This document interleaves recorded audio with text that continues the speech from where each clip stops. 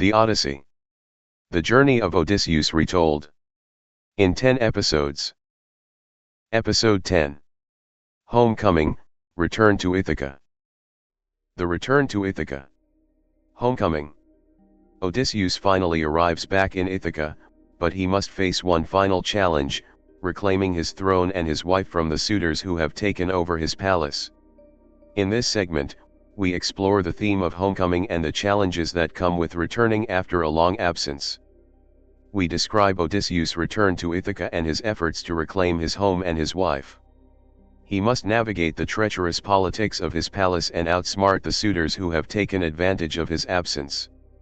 The Return to Ithaca, how Odysseus returned to Ithaca from the island of Phaeacians, where he was dropped, how Minerva advised him to proceed to his own country. After spending some time on the island of Phaeacians, Odysseus was ready to return home to Ithaca. He was given a ship and provisions by the Phaeacians, and they sailed him back to Ithaca while he was sleeping. When he woke up, he found himself on the island of Ithaca, but he didn't recognize it at first. Athena, who had been watching over him the entire journey, appeared to him disguised as a shepherd and explained where he was. She also informed him that his home was being besieged by suitors who were trying to win the hand of his wife, Penelope, and take his throne. Odysseus was advised by Athena to disguise himself as a beggar and go to the house of one of his loyal swineherds named Eumaeus. Eumaeus welcomed Odysseus and gave him food and shelter, not recognizing his true identity. Odysseus then came up with a plan to take revenge on the suitors and reclaim his throne.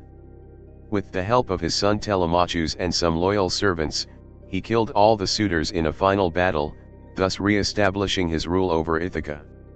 To describe the last battle against the suitors, was it more physical or psychological to overcome the odds accumulated during his absence? The last battle against the suitors in Ithaca was a combination of physical and psychological struggle for Odysseus. When he returned home, he disguised himself as a beggar to assess the situation in his kingdom. He discovered that his wife, Penelope, was being harassed by suitors who wanted to take over his palace and his wife. The suitors were eating and drinking his provisions, slaughtering his animals, and being disrespectful to his son, Telemachus. Odysseus devised a plan with the help of his son and a few loyal servants to take back his kingdom.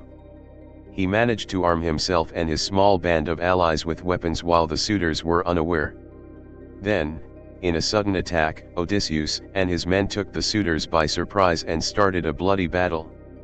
Odysseus proved to be an excellent fighter, and he killed many suitors with his arrows, sword, and spear. The suitors fought back fiercely, but they were no match for the combined forces of Odysseus and his allies. The battle was both physical and psychological because the suitors had been living in the palace for a long time, and they had become complacent and arrogant. They were not prepared for the sudden attack from Odysseus and his allies. Moreover, they were psychologically affected by the realization that their greed and arrogance had led them to their doom. In the end, Odysseus emerged victorious, and he was able to reclaim his throne and his wife. This segment ends with Odysseus successfully defeating the suitors and reclaiming his throne and his wife. He is finally able to enjoy the comforts of home after his long and arduous journey. These 10 segments provide a broad outline of the plot of the Odyssey and can be used as a basis for creating video content that explores the many themes and motifs present in the epic. By focusing on each segment individually, creators can delve deeper into the characters, settings, and events of the story, providing a richer and more engaging viewing experience for their audience. Thank you for watching. And subscribe our channel. Get new episode when they are published.